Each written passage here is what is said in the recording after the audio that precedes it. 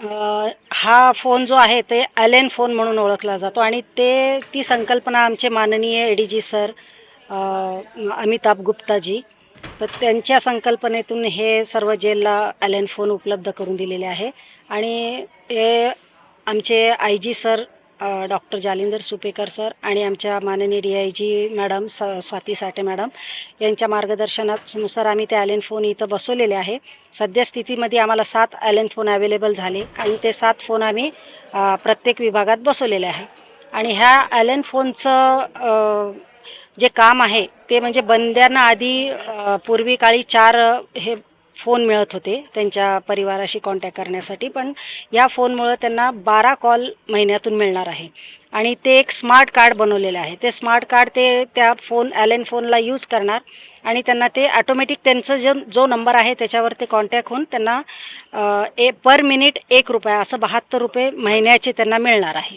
म्हणजे फोन मिळणार आहे त्यांना ₹72चं, म्हणजे महिन्यातून 12 कॉल असे ते 6 मिनिट बोलू शकणार प्रत्येक वेळेला. वकील किंवा त्यांचे नातेवाईक असे ते 3 नंबर देतील, त्यापैकी त्यांना जे नंबरवर बोलायचे तेवढेच नंबर त्याच्यात फीड होणार. म्हणजे हे सुरक्षेच्या दृष्टीने सुद्धा हे व्यवस्थित आहे आणि बंद्यांची मानसिकतासाठी सुद्धा खूप हे पॉझिटिव्ह गोष्ट झालेली आहे. त्यामुळं बंद्यांना जो घरच्या लोकांशी कॉन्टॅक्ट करण्याचं जे हे आहे प्रकार आहे ते जरा जास्त वाढलेले आहेत. त्याच्यासोबत VC सुद्धा सुविधा झालेली आहे. त्याच्यामुळं त्या VCवर लिंकसुद्धा ते परिवार पाठवतात आणि व्हिडिओ कॉलिंग त्यांना मिळतं. त्याच्यामुळं खरंच सकारात्मक जे आमचं कारागृहाचं ब्रीदवाक्य आहे सुधारणा आणि पुनर्वसन, त्याच्यामुळे त्यांच्यात मानसिकता जे ते बंद्यांची असते निगेटिव्ह, ती बरीचशी पॉझिटिव्ह होण्यास मदत झालेली आहे.